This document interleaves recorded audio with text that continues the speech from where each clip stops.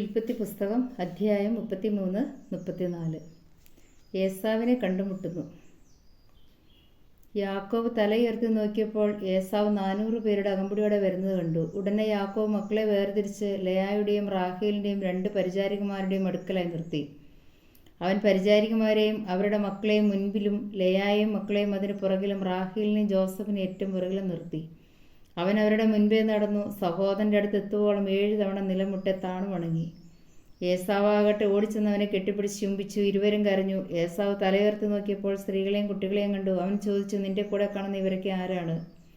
യാക്കോബ് മറുപടി പറഞ്ഞു, അങ്ങയുടെ ഈ ദാസന് ദൈവം കനിഞ്ഞു നൽകിയിരിക്കുന്ന മക്കളാണ്. അപ്പോൾ പരിചാരികമാരും അവരുടെ മക്കളും അടുത്ത് നിന്ന് ഏസാവിനെ വണങ്ങി. തുടർന്ന് ലെയായും അവരുടെ മക്കളും അതിനുശേഷം ജോസഫും റാഹേലും അടുത്ത് ചെന്ന് താണു വണങ്ങി. ഏസാവ് ചോദിച്ചു, ഞാൻ വഴിയിൽ കണ്ട പറ്റങ്ങൾ കൊണ്ട് നീ എന്താണ് ഉദ്ദേശിക്കുന്നത്? യാക്കോബ് പറഞ്ഞു, എൻ്റെ യജമാനൻ അങ്ങയുടെ പ്രീതി നേടുക. ഏസാവ് പറഞ്ഞു, സഹോദര, എനിക്കതെല്ലാം വേണ്ടത്തിനുണ്ട്, നീ തന്നെ എടുത്തുകൊള്ളുക. യാക്കോബ് അപേക്ഷിച്ചു, അങ്ങനെയല്ല, അങ്ങ് എന്നിൽ സംപ്രീതനാണെങ്കിൽ എൻ്റെ കയ്യിൽ നീ സമ്മാനം സ്വീകരിക്കുക. കാരണം ദൈവത്തിൻ്റെ മുഖം കണ്ടാലെന്ന പോലെയാണ് ഞാൻ അങ്ങയുടെ മുഖം കണ്ടത്. അത്രയ്ക്ക് ദയോടെയാണ് അങ്ങ് എന്നെ സ്വീകരിച്ചത്. അങ്ങയുടെ മുൻപിൽ കൊണ്ടുവന്നിരിക്കുന്ന ഈ സമ്മാനങ്ങൾ ദയവായി സ്വീകരിക്കുക. എന്തെന്നാൽ ദൈവം എന്നോട് കാരുണ്യം കാണിച്ചിരിക്കുന്നു. എല്ലാം എനിക്ക് വേണ്ടത്തിനുണ്ട്. അവൻ നിർബന്ധിച്ചപ്പോൾ ഏസാവ് അത് സ്വീകരിച്ചു.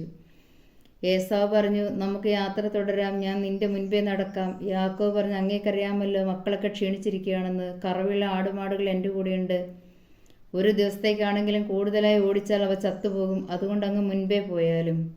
കുഞ്ഞുങ്ങളുടെയും കന്നുകാലികളുടെയും നടപ്പിനകത്ത് ഞാൻ പതുക്കെ വന്ന് സെയറിൽ അങ്ങയുടെ അടുത്തെത്തിക്കൊള്ളാം. എൻ്റെ ആൾക്കാരിൽ കുറേ പേരെ ഞാൻ നിന്റെ കൂടെ നിർത്തട്ടെ. ഏസാവ് ചോദിച്ചു. യാക്കോബ് മറുപടി പറഞ്ഞു, എന്തിന്? എനിക്ക് അങ്ങയുടെ പ്രീതി മാത്രം മതി. അതുകൊണ്ട് ഏസാവ് അന്ന് തന്നെ സെയറിലേക്ക് തിരികെ പോയി. യാക്കോബ് ആകട്ടെ സുക്കോത്തിലേക്ക് പോയി അവിടെ വീട് പണിതു. കന്നുകാലികൾക്ക് കൂടുകളും കെട്ടി. അതുകൊണ്ടാണ് ആ സ്ഥലത്തിന് സുക്കോത്ത് എന്ന് പേരുണ്ടായത്. യാക്കോബ് പാദാൻ ആരാമിൽ നിന്നുള്ള യാത്ര തുറന്നു. കാനാൻ ദേശത്തുള്ള ഷെക്കേം പട്ടണത്തിൽ സുരക്ഷിതനായി എത്തിച്ചേർന്നു. അവിടെ നഗരത്തിനടുത്ത് കൂടാരമടിച്ചു. യാക്കോബ് ഷെക്കേമിൻ്റെ പിതാവായ ഹാമോറിൻ്റെ മക്കളിൽ നിന്ന് താൻ കൂടാരമടിച്ച പറമ്പിൻ്റെ ഒരു ഭാഗം 100 നാണയത്തിന് വാങ്ങി. അവൻ അവിടെ ഒരു ബലിപീഠം പണിതു. അതിന് എൽ എലേഹോയ് ഇസ്രായേൽ എന്ന് പേരിട്ടു. യാക്കോബിന് ലെയായിലുണ്ടായ മകൾ ദീന ആ നാട്ടിലുള്ള സ്ത്രീകളെ സന്ദർശിക്കാൻ പോയി. അവിടുത്തെ പ്രഭുവായിരുന്ന ഹാമോർ എന്ന ഹിവൻ്റെ മകൻ ഷെക്കേം അവളെ കണ്ടപ്പോൾ പിടിച്ചുകൊണ്ടുപോയി ബലാത്സംഗം ചെയ്ത് അപമാനിച്ചു. അവൻ്റെ ഹൃദയം യാക്കോബിൻ്റെ മകളായ ദീനയിൽ ലയിച്ചു ചേർന്നു. അവൻ അവളെ അതിരറ്റ് സ്നേഹിച്ചു. സ്നേഹവായ്പോടെ അവൻ അവളോട് സംസാരിച്ചു. ഷെക്കേം തൻ്റെ പിതാവായ ഹാമോറിനോട് പറഞ്ഞു, ആ പെൺകുട്ടിയെ എനിക്ക് ഭാര്യയായി തരണം. തൻ്റെ മകളായ ദീനയെ ഷെക്കേം മാനഭംഗപ്പെടുത്തിയെന്ന് വിവരം യാക്കോബ് പറഞ്ഞു. പുത്രന്മാരെല്ലാവരും വയലിൽ കാലികളുടെ കൂടെ ആയിരുന്നതുകൊണ്ട് അവർ തിരിച്ചെത്തും വരെ അവൻ ക്ഷമിച്ചിരുന്നു. ഷെക്കേമിൻ്റെ പിതാവായ ഹാമോർ യാക്കോബിനോട് സംസാരിക്കാനായി വന്നു. വിവരം അറിഞ്ഞ് യാക്കോബിൻ്റെ പുത്രന്മാർ വയലിൽ നിന്ന് തിരിച്ചെത്തി. അവർക്ക് രോഷവും അമർഷവും ഉണ്ടായി. കാരണം യാക്കോബിൻ്റെ മകളെ ബലാത്സംഗം ചെയ്തത് വഴി ഷെക്കേം ഇസ്രായേലിന് നിഷിദ്ധമായ മ്ലേച്ഛതയാണ് പ്രവർത്തിച്ചത്. എന്നാൽ ഹാമോർ അവരോട് പറഞ്ഞു, എൻ്റെ മകനായ ഷെക്കേമിൻ്റെ ഹൃദയം നിങ്ങളുടെ മകൾക്ക് വേണ്ടി ദാഹിക്കുന്നു. ദയചെയ്ത് അവളെ അവന് ഭാര്യയായി നിൽക്കണം. ഞങ്ങളുമായി വിവാഹബന്ധത്തിൽ ഏർപ്പെടുക. നിങ്ങളുടെ പെൺകുട്ടികളെ ഞങ്ങൾക്ക് തരിക. ഞങ്ങളുടെ പെൺകുട്ടികളെ നിങ്ങളും സ്വീകരിക്കുക. ഞങ്ങളുടെ കൂടെ പാർക്കുക. ഈ നാട്ടിൽ നിങ്ങൾക്ക് സ്വാതന്ത്ര്യമുണ്ടായിരിക്കും. നിങ്ങൾ ഇവിടെ പാർത്ത് തൊഴിൽ ചെയ്യുകയും സമ്പാദ്യമുണ്ടാക്കുകയും ചെയ്യാം. ഷെക്കേം ദീനയുടെ പിതാവിനോടും സഹോദരന്മാരോടുമായി പറഞ്ഞു, ദയോടെ നിങ്ങൾ എന്നോട് പെരുമാറണം. നിങ്ങൾ ചോദിക്കുന്ന ഞാൻ നിങ്ങൾക്ക് തരാം. സ്ത്രീധനമായ വിവാഹസമ്മാനമായ നിങ്ങൾ ചോദിക്കുന്നതെന്ന് തരാൻ ഞാൻ ഒരുക്കമാണ്. പെൺകുട്ടി എനിക്ക് ഭാര്യയായി തരണം. തങ്ങളുടെ സഹോദരി ദീനയെ ഷെക്കേം മാനഭംഗപ്പെടുത്തിയതുകൊണ്ട് യാക്കോബിൻ്റെ മക്കൾ അവനോടും അവൻ്റെ പിതാവായ ഹാമോറിനോടും ചതിവായി സംസാരിച്ചു. അവർ പറഞ്ഞു, പരിച്ഛേദനം ചെയ്യാത്ത ഒരുവന് ഞങ്ങളുടെ സഹോദരിയെ ഭാര്യയായി നൽകാൻ സാധ്യമല്ല. ഞങ്ങൾക്കത് അപമാനകരമാണ്. എന്നാൽ ഒരു വ്യവസ്ഥയിൽ ഞങ്ങൾ ഇതിന് സമ്മതിക്കാം. നിങ്ങളുടെ പുരുഷന്മാരെല്ലാം പരിച്ഛേദനം ചെയ്ത് ഞങ്ങളെപ്പോലെ ആകണം. അങ്ങനെയെങ്കിൽ ഞങ്ങളുടെ പുത്രന്മാരെ നിങ്ങൾക്ക് തരാം. നിങ്ങളുടെ പുത്രന്മാരെ ഞങ്ങളും സ്വീകരിക്കാം. ഞങ്ങൾ നിങ്ങളോടൊത്ത് വസിക്കുകയും നമ്മൾ ഒരു ജനതയായി തീരുകയും ചെയ്യും. ഞങ്ങൾ പറയുന്നതനുസരിച്ച് പരിച്ഛേദനം ചെയ്യാൻ നിങ്ങൾ ഒരുക്കമല്ലെങ്കിൽ ഞങ്ങളുടെ മക്കളെയും കൊണ്ട് ഞങ്ങൾ സ്ഥലം വിടും. അവരുടെ വ്യവസ്ഥ ഹാമോറിന് മകൻ ഷെക്കേമിന് ഇഷ്ടപ്പെട്ടു. അങ്ങനെ ചെയ്യാൻ ചെറുപ്പക്കാരൻ ഒട്ടും മടി കാണിച്ചില്ല. കാരണം യാക്കോബിൻ്റെ മകളിൽ അവൻ അത്രമേൽ അനുരക്തനായിരുന്നു. അവൻ്റെ കുടുംബത്തിൽ ഏറ്റവും മതിക്കപ്പെട്ടവനായിരുന്നു ഷെക്കേം. അതിനാൽ ഹാമോറും മകൻ ഷെക്കേം നഗര കവാടത്തിങ്കിൽ ചെന്ന് അവരുടെ പട്ടണത്തിലുള്ള പുരുഷന്മാരുടെ ഇപ്രകാരം പറഞ്ഞു, ഈ മനുഷ്യൻ നമ്മുടെ സൗഹാർദ്ദത്തിലാണ്. അവ ഈ നാട്ടിൽ പാർത്ത് ഇവിടെ തൊഴിൽ ചെയ്യട്ടെ. ഈ നാട് അവരെ കൂടി ഉൾക്കൊള്ളാൻ മാത്രം വിശാലമാണല്ലോ. അവരുടെ പുത്രന്മാരെ നമുക്ക് ഭാര്യമാരെ സ്വീകരിക്കാം. നമ്മുടെ പുത്രന്മാരെ അവർക്ക് നൽകുകയും ചെയ്യാം. എന്നാൽ ഒരു വ്യവസ്ഥയിൽ മാത്രമേ ഇവർ നമ്മോടത്ത് പാർത്ത് ഒരു ജനതയാകാൻ സമ്മതിക്കുകയുള്ളൂ. നമ്മുടെ പുരുഷന്മാരെല്ലാം അവരെ പോലെ പരിച്ഛേദനം ചെയ്യണം. അവരുടെ സമ്പത്തും കന്നുകാലികളും മറ്റു മൃഗങ്ങളുമൊക്കെ നമ്മുടേതാവില്ലേ? നമുക്കിത് സമ്മതിക്കാം. എങ്കിൽ അവർ നമ്മുടെ കൂടെ താമസിക്കും. പട്ടണത്തിലെ പുരുഷന്മാരെല്ലാവരും ഹാമോറിൻ്റെയും മകൻ ഷെക്കേമിൻ്റെയും വാക്കുകൾ കേട്ട് പരിച്ഛേദന ചെയ്തു. 3-ാം ദിവസം അവർ വേദനിച്ചിരുന്നപ്പോൾ ദീനയുടെ സഹോദരന്മാർ യാക്കോബിന്റെ പുത്രന്മാരെ ശിമ്യോനും ലേവിയും വാളെടുത്ത് അപ്രതീക്ഷിതമായി നഗരത്തിൽ കടന്ന് പുരുഷന്മാരെല്ലാം വധിച്ചു. ഹാമോറിനെയും മകൻ ഷെക്കേമിനെ അവർ വാളിനിരയാക്കി. ഷെക്കേമിന്റെ വീട്ടിൽ നിന്ന് ദീനയെ വീണ്ടെടുത്ത് അവർ തിരിച്ചുപോയി. തങ്ങളുടെ സഹോദരിയെ മാനഭംഗപ്പെടുത്തിയതിന്റെ പേരിൽ യാക്കോബിന്റെ മക്കൾ മരിച്ചു കിടന്നവരുടെ ചെന്ന് നഗരം കൊള്ളയടിച്ചു. അവരുടെ ആടുമാടുകളെയും കഴുതകളെയും നഗരത്തിലും വയലുണ്ടായിരുന്ന സകലത്തെ അവർ അപഹരിച്ച് അവരുടെ സ്വത്തും വീട്ടുവകളൊക്കെയും യാക്കോബിനും മക്കൾ കൈവശപ്പെടുത്തി. കുഞ്ഞുങ്ങളെയും സ്ത്രീകളെയും പിടിച്ചുകൊണ്ട് പോവുകയും ചെയ്തു. അപ്പോൾ യാക്കോബ് ശിമ്യോനെയും ലേവിയെയും വിളിച്ച് ഇങ്ങനെ പറഞ്ഞു: ഇന്നാട്ടുകാരെ കാനൻകാരുടെയും ഫെരിസ്യരുടെയും മുൻപിൽ നിങ്ങൾ എനിക്ക് ദുഷ്കീർത്തി വരുത്തിയിരിക്കുന്നു. എനിക്ക് ആൾബലം കുറവാണ്. അവരൊന്നിച്ചുകൂടി എന്നെ ആക്രമിച്ചാൽ ഞാൻ തകർന്നു പോകും, ഞാനും കുടുംബവും നശിക്കും. അവർ ചോദിച്ചു, ഒരു വേശ്യയോടെന്ന പോലെ അവൻ തങ്ങളുടെ സഹോദരോട് പെരുമാറിയതെന്തിന്? ജോബിന്റെ പുസ്തകം അധ്യായം 23-24. ജോബിന്റെ മറുപടി. ജോബ് പറഞ്ഞു: ഇന്നും എൻ്റെ ആവലാതി വ്യക്തമാണ്. ഞാൻ എത്ര വിലപിച്ചിട്ടും എൻ്റെ മേലിൽ അവിടുത്തെ കരം ഭാരമേറിയതാണ്. എവിടെ ഞാൻ അവിടുത്തെ കണ്ടെത്തുമെന്ന് അറിഞ്ഞിരുന്നെങ്കിൽ, അവിടുത്തെ സിംഹാസനത്തെ സമീപിക്കാൻ കഴിഞ്ഞിരുന്നെങ്കിൽ എൻ്റെ പരാതി അവിടുത്തെ മുൻപിൽ ബോധിപ്പിക്കുകയും ഞാൻ ന്യായവാദം നടത്തുകയും ചെയ്യുമായിരുന്നു. അവിടുന്ന് എനിക്ക് എന്ത് പ്രത്യുത്തരം നൽകുമെന്നും എന്നോട് എന്ത് സംസാരിക്കുമെന്നും ഞാൻ അറിയുമായിരുന്നു. അവിടുന്ന് എൻ്റെ ശക്തിയുടെ മഹത്വത്തിൽ എന്നോട് ന്യായവാദം നടത്തുമോ? ഇല്ല.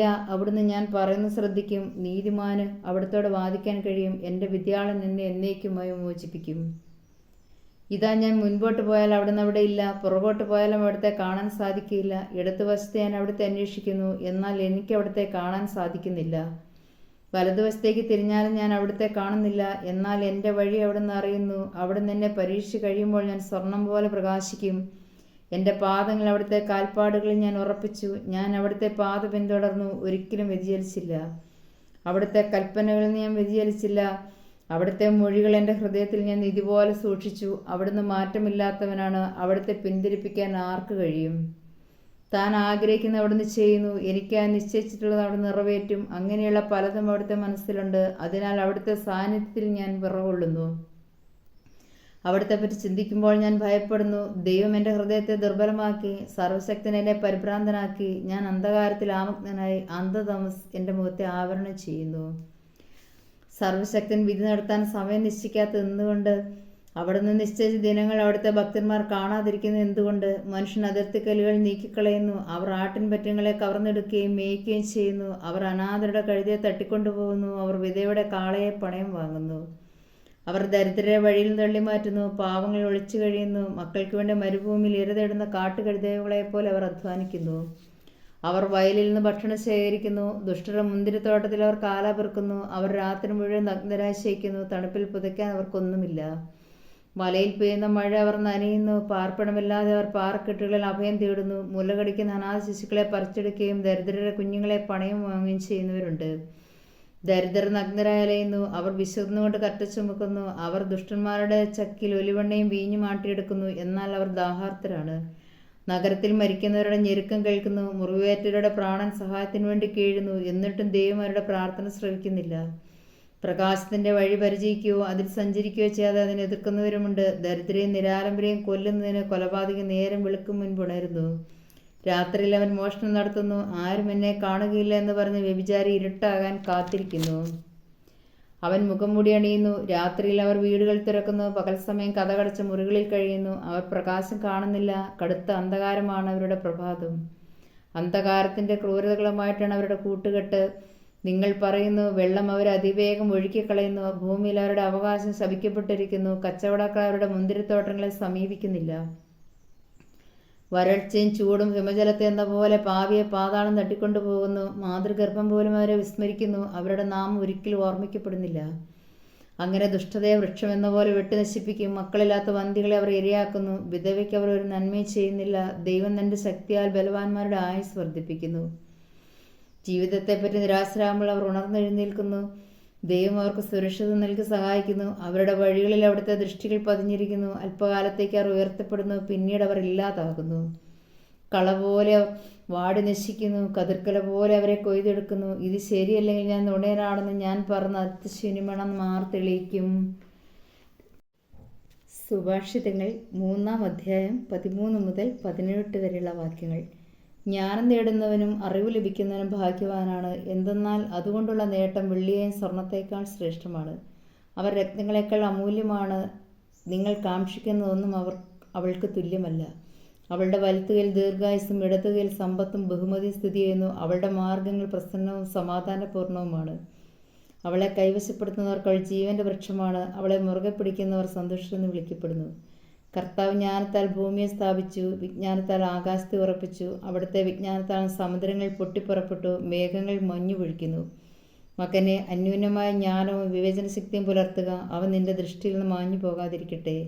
അവൻ നിന്റെ ആത്മാവിന് ജീവനും കണ്ടത്തിന് ആഭരണവുമായിരിക്കും. അങ്ങനെ നീ നിന്റെ വഴിയിൽ സുരക്ഷിതനായി നടക്കും.